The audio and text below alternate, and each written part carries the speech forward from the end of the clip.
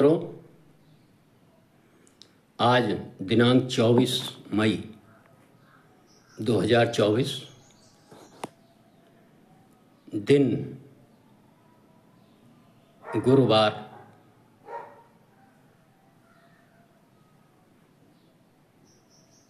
क्षमा करें, दिन शुक्रवार। आज एक महत्वपूर्ण विषय जो कलकत्ता हाई कोर्ट ने 22 मई को बंगाल के अंदर वर्ष 2010 के बाद जारी किए गए सभी ओबीसी प्रमाण पत्र रद्द किए हैं।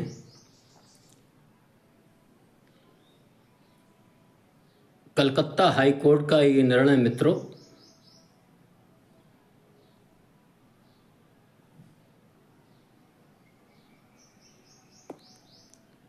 और इसका महत्व हम सबके लिए समझना बहुत आवश्यक है। इसी विषय पर आज मैं आपकी बात आपके साथ में बात करने का मेरा मन हुआ और त्यागी वाल्मीकि समाज समूह के अंतर्गत आपकी बात आपके साथ चैनल को सब्सक्राइब कर सुनने वाले, शेयर करने वाले, कमेंट्स करने वाले सभी दर्शकों का हाथ जोड़कर अभिवादन, वंदन, नमन। जय श्री राम, जय श्री वाल्मीकि भगवान। मित्रों, अभी जो लोकसभा चुनाव में जो प्रचार अभियान चल रहा था उसमें हमने कुछ राजनीतिक दलों के द्वारा आदरणीय प्रधानमंत्री मोदी जी भारतीय जनता पार्टी के अब की बार 400 पार नारे के संबंध में एक कुतर्क लगातार देश की जनता के सामने रखने का प्रयास किया था कि आखिर इन लोगों को 400 सीटों की क्या आवश्यकता है, 400 सीटें आ जाएंगी तो यह लोग संविधान बदल देंगे, संविधान के खिलाफ काम करेंगे और तो और आरक्षण बंद कर देंगे। लेकिन इन्हीं राजनीतिक दलों के कुकृत्यों के बारे में आदरणीय प्रधानमंत्री मोदी जी लगातार पूरे चुनाव भर लंबे संघर्ष के बाद पिछड़ा वर्ग ओबीसी को प्राप्त 90 के दशक में जो 27% आरक्षण पूज्य बाबा साहब अंबेडकर जी के नेतृत्व में संविधान सभा द्वारा रचे संविधान के अंतर्गत प्राप्त हुआ था और किसी भी प्रकार के आरक्षण को धर्म से नहीं जोड़ने का निर्णय लिया था। ये आरक्षण केवल और केवल हिंदू समाज के अंतर्गत लंबे समय से सामाजिक अन्याय की वजह से या अन्य किन्हीं वजह से पिछड़े वर्ग के जातियों को देने का निर्णय हुआ था। लेकिन इस चुनाव में देश की जनता के सामने समझ आया कि कैसे धीरे धीरे एक वर्ग विशेष के वोट लेने के लिए विभिन्न राजनीतिक दलों ने इस आरक्षण को संविधान विरोधी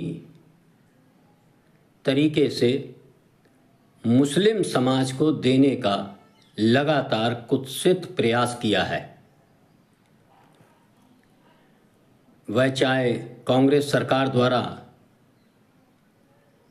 लंबे समय से अभी एक वीडियो कांग्रेस के नेता राहुल जी का आया था, उसमें वो कहते हुए पाए गए कि हमारी सरकार यदि बनी तो हम सारे मुस्लिम समाज को आरक्षण का लाभ देंगे। ये बिल्कुल संविधान विरोधी, संविधान विरुद्ध बात वो कह रहे थे और जहां कर्नाटक के अंदर उन्होंने धीरे धीरे ये कार्य करने का भी काम किया। इसके बारे में मित्रों हम सबको जानकारी होना चाहिए। लेकिन बंगाल सरकार, ममता सरकार ने तो कमाल ही कर दिया। उन्होंने मुस्लिमों को आरक्षण देने के लिए 2010 के बाद मुस्लिम समाज के विभिन्न जातियों को ओबीसी प्रमाण पत्र जारी कर ऐसे लोगों को रिजर्वेशन का लाभ देने का काम किया। राष्ट्रीय पिछड़ा वर्ग आयोग एनसीबीसी के अध्यक्ष हंसराज अहीर ने हाई कोर्ट के इस फैसले को सराहा है और उसका स्वागत किया है। उन्होंने कहा है ये सही है। उन्होंने कहा 2023 में जो हमारी समीक्षा हुई थी, इसमें हमने पश्चिम बंगाल में समीक्षा के आधार पर पाया कि 2010 के बाद बंगाल सरकार द्वारा 65 मुस्लिम जातियों को ओबीसी में शामिल कर और मात्र 6 हिंदू जातियों को ही ओबीसी में शामिल कर इस पूरे 27% रिजर्वेशन को, आरक्षण को अपने वोट बैंक की राजनीति के कारण मुस्लिम समाज को देने का काम किया था, जो कि संविधान विरुद्ध कार्य था। और इसी इनके संविधान विरुद्ध कार्य के खिलाफ 22 मई को कलकत्ता हाई कोर्ट ने ऐसे सभी जारी ओबीसी प्रमाण पत्र रद्द किए और उनका इनके आधार पर नौकरियां नहीं प्राप्त होंगी। ये इतना खतरनाक कदम ममता सरकार ने उठाया और ममता सरकार अपने इस कदम का बचाव करती नजर आ रही हैं और सार्वजनिक रूप से घोषणा कर रही हैं कि हम ये हाई कोर्ट का कानून नहीं मानेंगे, नहीं मानेंगे। ये देश के राजनेता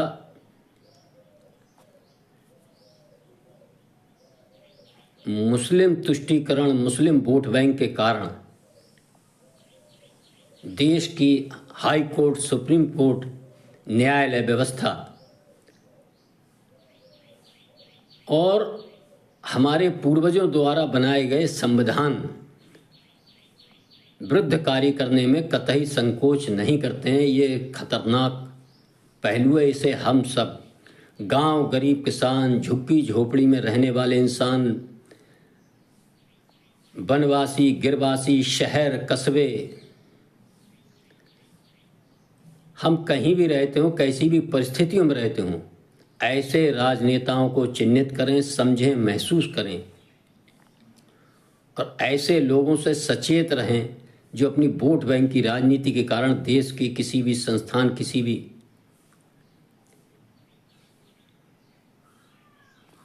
कार्य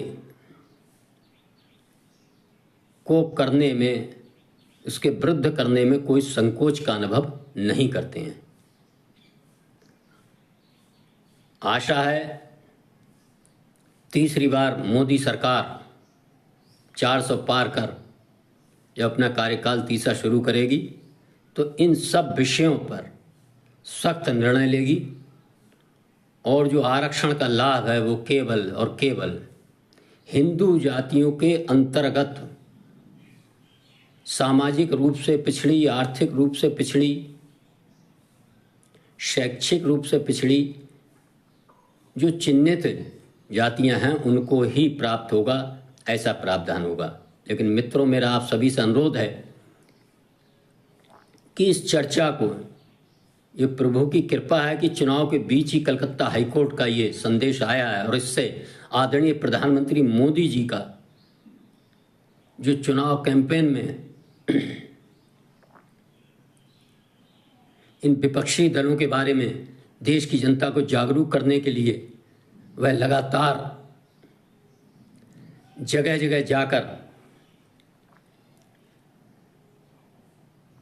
इस आरक्षण को धर्म के आधार पर विपक्षी दलों द्वारा दिए जाने की खिलाफ बोल रहे थे, हम सबको सचेत कर रहे थे।